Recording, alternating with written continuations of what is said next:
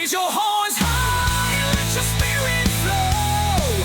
It's the classic metal wrap-up show. Feel the rush, let the loudness grow. It's the classic metal wrap-up show.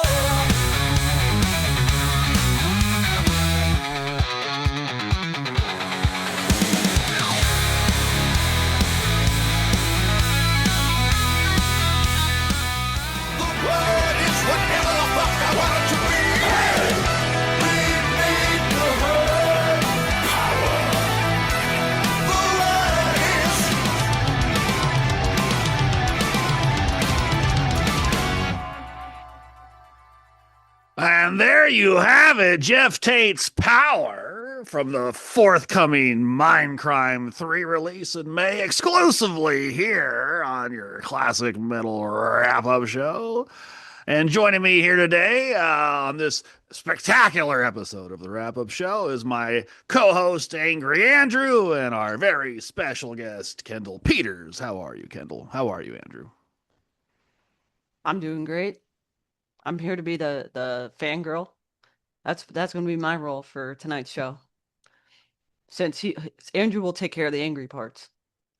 Yes, that is his role in the show nowadays. Andrew, how are you, my friend?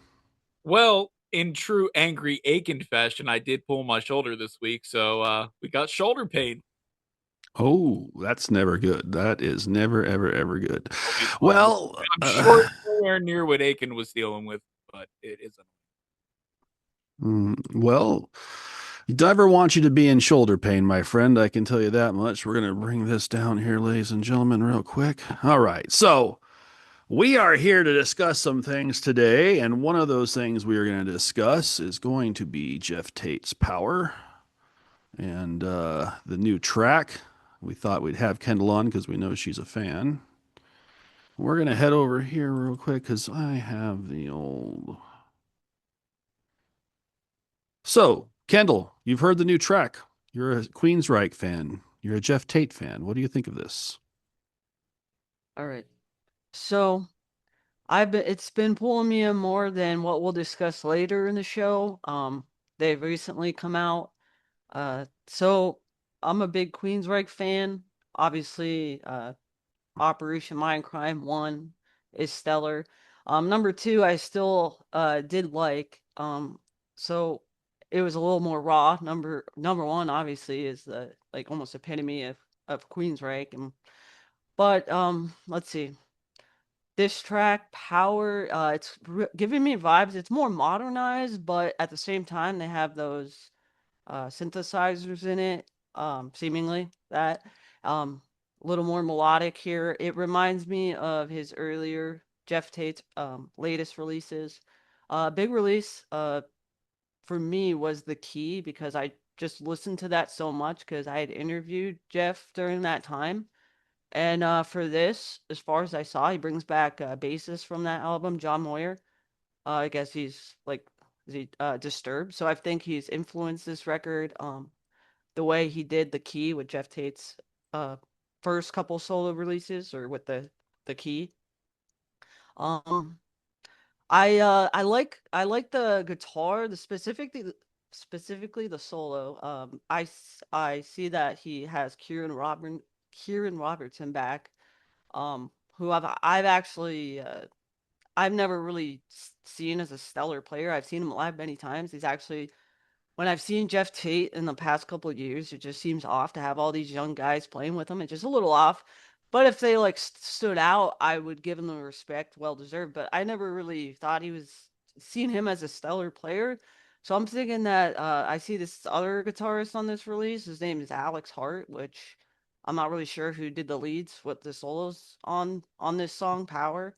But if it is him, good on him for adding to this. And if it's Kieran Robertson, then I'm just a dickhead who bashed him. That's okay. You're on the wrap-up show. You can do that. Yeah. This is the free forum. Andrew, what are your thoughts? Well, you can hear the Disturbed influences, but I also think it sounds a lot like the first Sweet Oblivion record. Like it would fit right at home on there as well. I do like it. As far as like Mindcrime 2, I think this is, for me personally, this is a step up. The only song I really liked from Mindcrime 2 was The Hands. But I am very curious in hearing the rest of this album because I'm more interested in this story, being that it takes place parallel to the first Mindcrime, so it's the other half of what was going on during that time, which to me makes more sense than doing an outright sequel like 2 was, because I think that whenever they did 2, they kind of ruined the mystique of the original story, where you're supposed to piece together kind of what happened, but you're not supposed to indefinitely know what happened, and it's supposed to be like a psychotic loop running in somebody's head. But, Well, time just keeps flying by because I was alive when the first Mindcrime was released, and I'm man, it's alive already been for 37 years. number 2, and now gonna be number 3. Yeah, I I was was. sleeping on the couch whenever this guy, and the neighbor was balls deep in his wife while he was sleeping on the couch when the first one came out. And Uh, people would sleep on the couch and hear the neighbor fucking his wife and go, "Hey, I'm trying to listen to the new Queensryche, god damn it!" Rock and rollers everywhere. oh, we forgot to play Kendall's entrance. Kendall, we have an entrance for you. Kendle, Oh, Kendle. no. When will you phone in to Neely and Wendell? Kendle, Kendle Peters. Can I be one of your panty eaters? Sorry, that was saved from a previous show there, Kendall. I'm sure you're familiar with such audio. Yeah, fucking Yeah, it was an honor when it Ethan happened. whatever the fuck his name was. Well, if it made the soundboard over here, then it was a highlight for many of us. But the point is, yes, this new track surprised me because I was expecting another hot steaming turd like pretty much everything I heard on number 2. And when it came out, I can pleasantly say that I was surprised in a good way. I agree with Kendall. The guitar solo almost feels like the guitar player tried to be more DeGarmo-esque, and I like that because it makes me feel more familiar to what Queensryche should sound like. And the production's good, although I do hear the Disturbed influence, the Moyer type of bass tones, and some of the actual, I don't know, maybe the miking of the drums, it sounds like to me, or something. Sounds very Disturbed-esque. But it's good. It makes me wonder what now is this the only thing that's going to be good on there, and the rest of this is going to be a steaming pile of dung? Good. I hope the rest of it's good. Let's just be thankful Kelly Gray's not playing on the album. No oven mitts. That's true. That's really what I looked for, like specifically today. Like I just looked up who played on it today, and I was thinking I didn't want him on it. Yeah, or that what's Yeah. that Matt? Who is the guy who played on Operation 2? Basically, almost played on the whole album. Oh, Jason something or another. Let me look Yeah. at it. Yeah. I Was I that was hoping to get Slater? someone fresh. Yes, that's it. What was he a Slater? I knew there was a lot of Slaters involved. Yeah. Interesting lyrics though. The word is whatever the fuck I want it to be. So I yeah, don't speak the word, but it's just funny because in my head, the way that I took that is, and the idea for the song came about one night when I was pony playing with Susan, and she said, "Jeffrey, what is the safe word?" And I said, "The word is whatever the fuck I want it to be." We're just picking up speed. Here's my promise, I'll be a better man. I'm just getting started here. I'm just getting going. I just thought the real Jeff should chime in with some of his own lyrics. Well, since I just ripped them off, he should. Well, I feel confident that I know which way the wind blows in the land of Queensryche. I feel very confident he does know which way the wind blows. He does. So yeah, I'm looking for May, what was the date? May 6th, 9th, 6th. There you go. May 6th, ladies and gentlemen, you'll be able to hear a full Mindcrime 3 from the perspective of Dr. X, is my understanding, correct? And well, yeah. Here. I fired up the Google machine, and I did some detective work, and you may be interested to know what I found. I found that there's going to be probably a lot of players in this album, is my suspicion, and It probably will be like a guest star album. yeah. But if Kieran Robertson is helping him write some of those riffs or organizing this initial song at least already sounds pretty good to me. I mean, again, I was pleasantly surprised. I've listened to it multiple times, which is a good sign. So You know it what's was a really awkward about that though is he said, I think the Trunk when Eddie Trunk had him on and he was talking about this and he was talking about that kid. He's like, I first met this young man because he actually used to date my daughter, and it's kind of like, so he's used to date your daughter, and then now he's dating somebody else, and you're working with him again. I'm sure she fucking loves that. depends Weird, on which daughter. Emily. As far as oven mitts goes, I believe the real Jeff G had this to say. He smells like a mutt. Well, there you go. He smells like a mutt. So yeah, that's probably a forward progress though. No oven mitts probably means better songwriting in my opinion. So Better production. yes, If the condom fits on my cock, I wear it. that's what the real Jeff with the G does.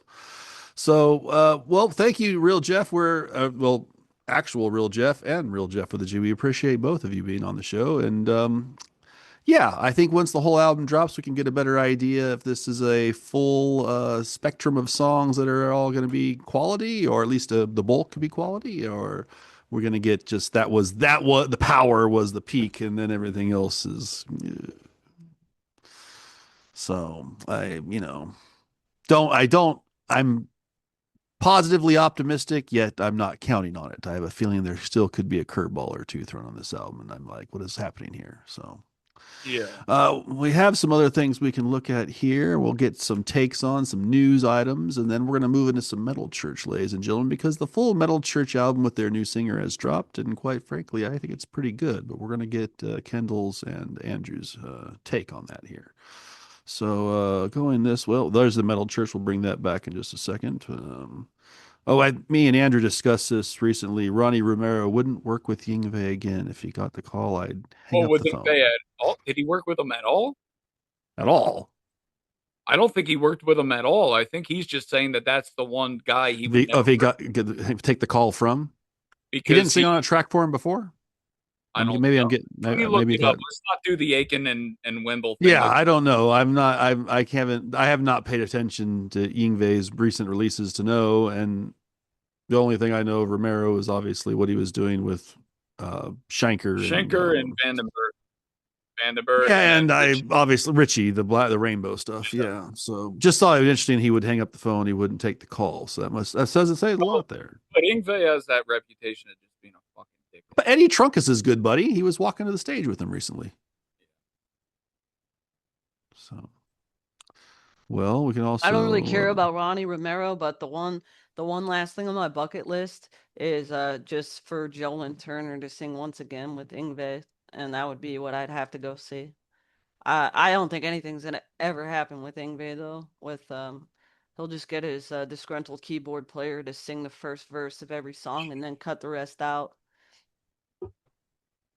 That seems to be his MO. His vocals are unnecessary. It's all about the maestro's guitar playing. Yeah, and no, he's never worked with him. He was just making the statement that that's the one guy Call he would not take. Okay, well that's smart, Ronnie. Probably smart on you there. So Foreigner is me and Andrew were discussing this is releasing a live album, and it's featuring all three singers. So does that mean like the tracks recorded like from different live shows where different singers were singing, or does it mean they're all on the vocals on different songs at the same time? I have legitimate questions. I also have legitimate questions is why would, I mean, I guess because Kelly is singing a couple tracks on the album, and why would you do it this way? Wouldn't you be trying to feature this guy? Or are you still trying to hang on to this guy? What's happening, Andrew? I mean, yeah, they're trying to. Okay, this is what I think. They're trying to sell the new guy, but they're trying to guarantee sales of that album, so they want to feature Lou and Kelly as well to kind of guarantee that no matter what, somebody's going to buy it. But then they're also trying to sell the new guy as well. And I don't really think that the new guy is fantastic. I don't think he's terrible. I don't think that he's It's middle of the road. I think he's meant to do backing vocals. I don't think he's meant to be a lead singer. That's just my personal take, at least in that band. Have you listened to it all, Kendall? Have you seen any videos of this new guy? No, but based on what Andrew said, why don't they just have Jeff start singing? It's what they should do. He probably has the strongest voice in the band right now, but They got to get their photo guy to work this out because this whole it's not like Photoshop thing. Oh wow. looks it's not horrible. like the new guy would be worthless because he was a guitar player and they took him off guitar to put him just as a frontman. So he could be doing that, and then Jeff could be doing the Geddy Lee Lemmy thing with the bass and the vocals, and it would be fine. Yeah, I'm just entirely confused because it just feels like to me if you wanted to move into the new singer, you should have just jumped into that. But I thought you were trying to do the kind of like, well, we have the new singer for 10 songs and Lou for the last 4 type of thing or whatever. Or maybe like they sang together, I think, on some videos I saw. So kind of for a second, I thought, oh, maybe he's passing the torch type of thing, you know. But like, I think old poor Kelly just wants out. And now that he's being plastered Well, back he is on this thing. And yeah, that's my now, point. That's also why, you know, we don't that get, also you can. looks like they're using a picture of Jeff from like 10 or 15 years ago. Yeah, this is all weird. It's just weird, and the fake Photoshop. It's The just, guitar player behind him from this, like at that size, looks like Jamie St. James to me. It's it's I not. don't even know who these cats are. I don't have any clue. I think What? this is one of the. I think this guy's a guitar player guy here. He is. He's the one that replaced Mick Jones, but he looks like Yeah. Jamie St. James to me at this size. Well, we're gonna bring up some Jamie Sam James here in a minute. Yeah. Anyways, just odd, all odd to me. Yeah, foreigner still. Even though so is Mick's alive, but just bedridden in a I don't know fetal what's going position on a tube or something, keeping him alive on a machine so they can keep using the name. Sorry, guys, just being honest. I have my feelings. on. It's They weird. pulled Lou back into it to try to make it a little bit more legitimate, but then they're also kind of like passive aggressive with how they advertise Lou being there. Yeah, and that's Special like my I kind of Special yeah. guest. He's only the actual guy you hear on all the fucking records, but he's lucky to be coming to the show to perform with us. Yeah. He wrote And your just fucking catalog. you should just he is the link to the past. That's it. That's all you got. So you might as well, I just think, you say keep him in the fold and have him every show come up for the same 4 or 5 songs and say it's Foreigner featuring Lou Graham. You know what I'm saying? Like, that'd be easier to figure out. Jeff needs to put himself in Lou's shoes. If he had somebody come and steal his song, oh wait, never mind. So anyways, we'll scroll on here. So yeah, ladies and gentlemen, you're seeing this correct. The Catman now only does the photos, as my understanding, from behind the kit. Doesn't want to get rarely gets close to people. Maybe because he doesn't want to get sick in his old age. Well, But he is 80. immediately Andrew cued in on who's right in here. John O. Drunkamy. Johnny O. So is that's the new look at the boots on this guy. He's got the jean boots. He always has the good snakeskin boots. So is he Jeff hitched Gordon's himself? right next to him. Yeah. And Hulk Hogan right here. Yeah. His corpse is propped up for a photo. So is he Team Catman now? Is that what we were asking, Andrew? Is that where I think he jumped ship. he's hitched his thing to Well, the Catman not really wagon? jumped ship, just kind of wanted to stay within that camp somehow. So he went to the next guy that would have him that's still alive for now. Do you think Ace is rolling over in his grave with the thought of that, or do you think Ace doesn't care? I mean, he's Just interesting. It's interesting that he's made a step over to the Catman. So I guess if there ever is any future negotiations, Gene, you got to call Johnny O. well. If I ever met John O, what I would ask him is how steep were the steps in Ace's house, and was Gene ever there? Very steep steps. Very steep steps. So you mentioned Jamie St. James. This came across my radar, and I just could not quite. Now I understand this is in Belgium, so I'm going to assume that some of these bands are not. I mean, I think I know 2 of them. Although I guess Carl Dixon's Coney Hatch. I've heard of Coney Hatch. I don't know. Heard of Is him too. Carl, I can't place a song. is Carl Dixon a Prime member? I don't have any idea. So, but yes, Black and Blue, Saturday, September 19th, the indoor festival, Golden Age of Rock Festival in Belgium. Headline your Saturday night, and the Dogs D'Amour on Friday night. Interesting what Belgium does. Just thought that was odd for anyone that's curious, or some of you that might be overseas. If you're, He, Shelly Rocks can make a travel, take a train or something over there. from what I'm reading right now, just to make sure that we can update this, he does appear to be working with Peter Chris right now. Okay, Johnny, So, there you go. you know, I'm utilizing this thing that Wendell seems to not understand, where you can make sure that you're giving the right information instead of just, I wonder. Plus, it says Carl Dixon's out. Coney Hatch plays the full Friction album, Ooh, so that might be the wait, the whole Friction album? the full Friction album. Yep. I And think these the other first time I bands, ever heard it. Street Lover, Black Case, Demon, Mercury Riots, Demon Chili coming? Pom Pom. What's Chili Pom Pom P? I don't fucking know. You're a Vardis? Or Matt James Casti and the Real Villains? Maybe some Chili of these are Pom Belgian bands. They're like European bands that we're just, because we're over here, we just don't know who the hell we're talking about. Anyways, Black and Blue, Jamie St. James. You can go to Belgium and check out a more headline type of slot there on a Saturday night. Don't you hate this? That's because this is stupid. Whoever makes this should be shot. This is The dumb. whole AI thing to me is fucking dumb. Yeah. Like we need Neil passing the sticks off to make us feel And it better doesn't about. even look like her. Yeah. They're doing it like it's a Star Wars thing too, almost kind of like Yeah, that's totally stupid. dumb. Totally dumb. All right. Whoever made this picture, I hope you end up in that ghost. Is that the Just first for one? making Let's it. see here. We'll go this way again. What else do we got here? Rachel Bullen, Skid Row Singer Search, 300 submissions at this point. 300 that they've listened to.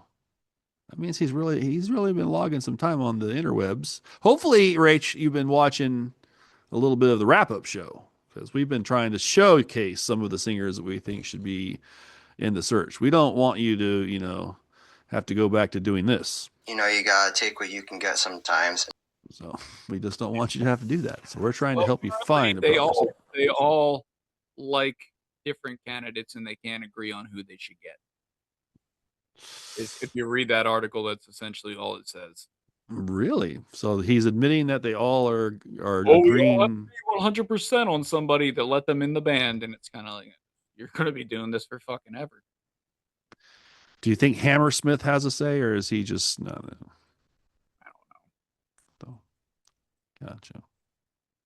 Well, we're going to hope that they can find the proper singer, ladies and gentlemen. We've been trying to guide them towards some people that we think could do the job, but you never know what they're going to want to go with. Maybe they don't want someone that even sounds like Sebastian Bach. So, what is your take on this, Kendall? Should they just go rogue with a whole new front person that doesn't even sound like Sebastian Bach, or are they trying to get a ringer for Sebastian Bach?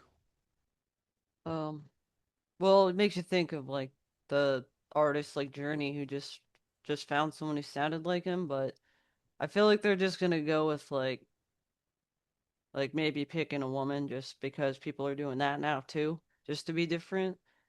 But like relating to the like new metal church thing about how everyone's talking about the new singer sounding like the previous singers, I don't even necessarily want the new singer to sound like the previous singers.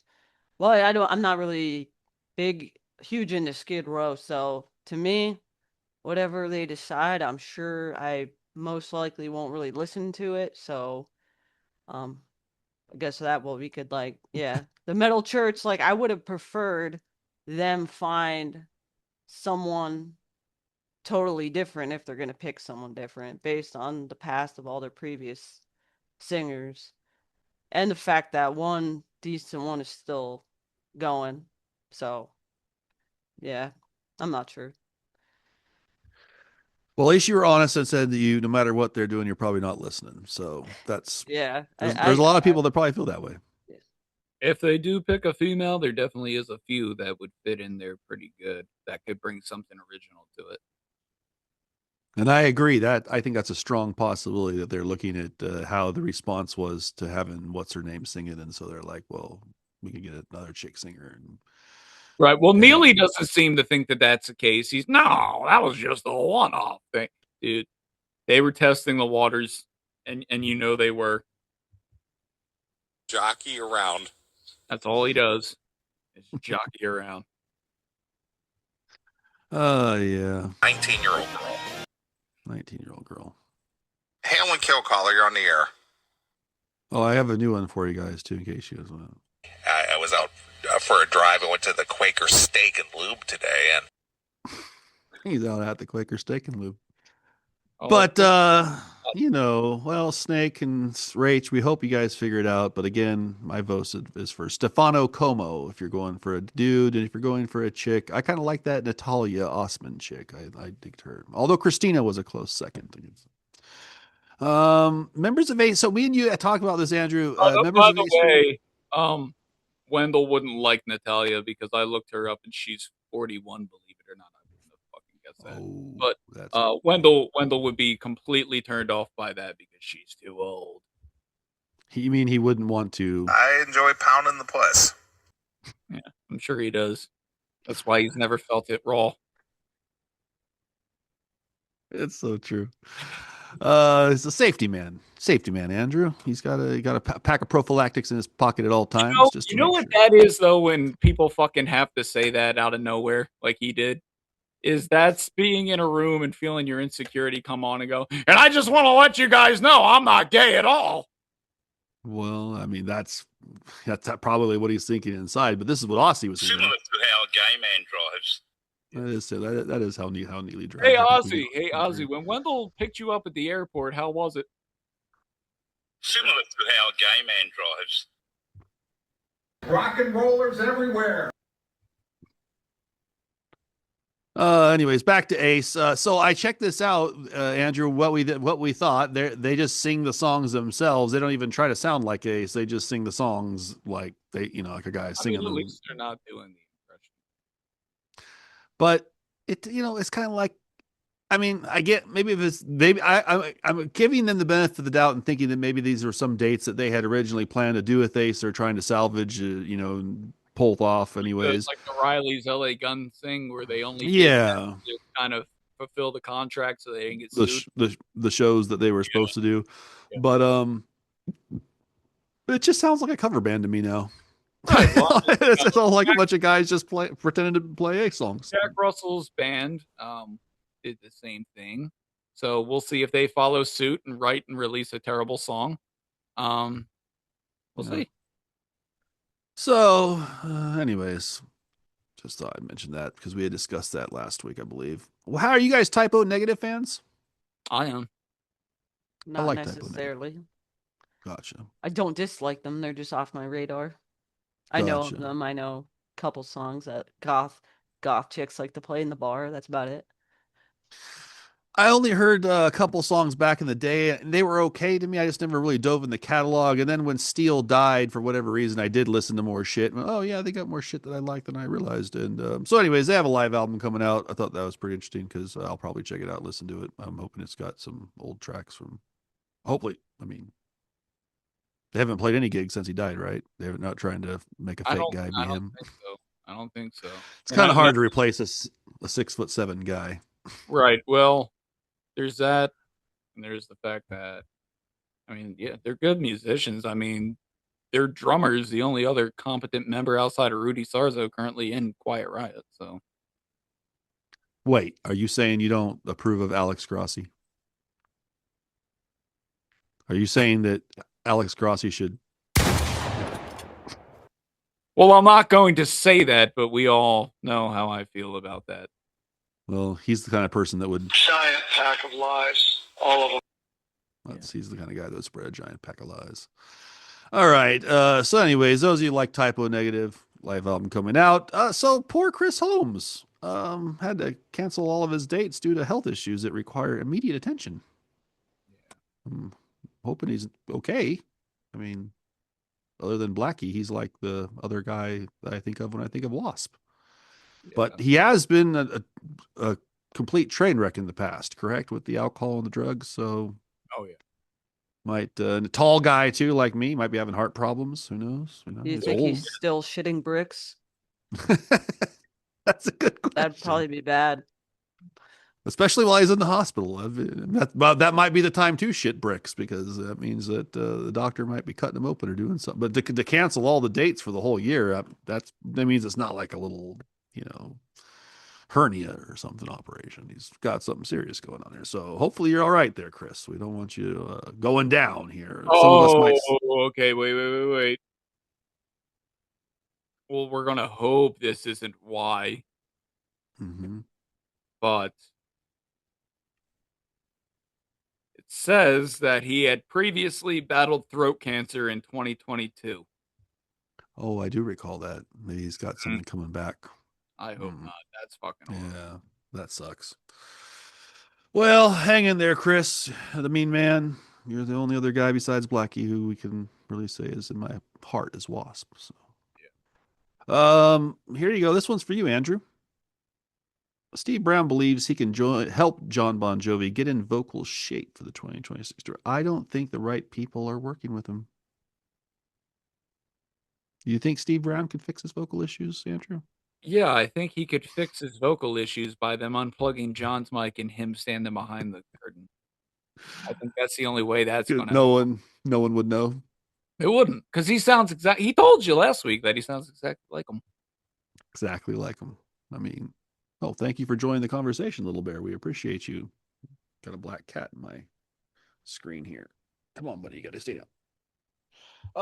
Yeah. So Steve Brown, he's gonna.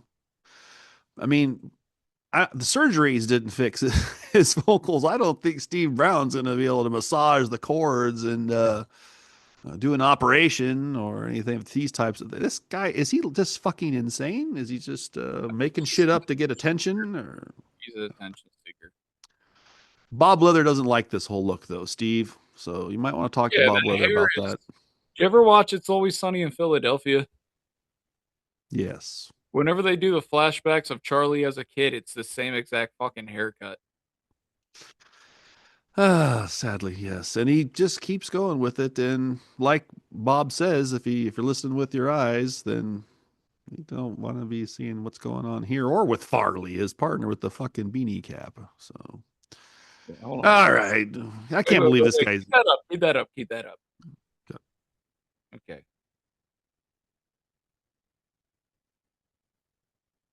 Tell me this isn't the same fucking haircut. It's the same kid. Steve, is that what you've been doing? Is that your role model? Is that what you look into you put a little picture on your phone, then try to make your hair get? That's what he shows to the barber. Well, I can't knock you, Steve, because you want to be somebody else, and I want to be Neely. So we all have our needs and wants, and but fixing this, whatever's going on here with Grandma Bon Jovi and her vocal cords is not going to help. There's no saving it at this point in time. I think that's what he's trying to explain to everyone is that he sucks, but he doesn't want to admit it.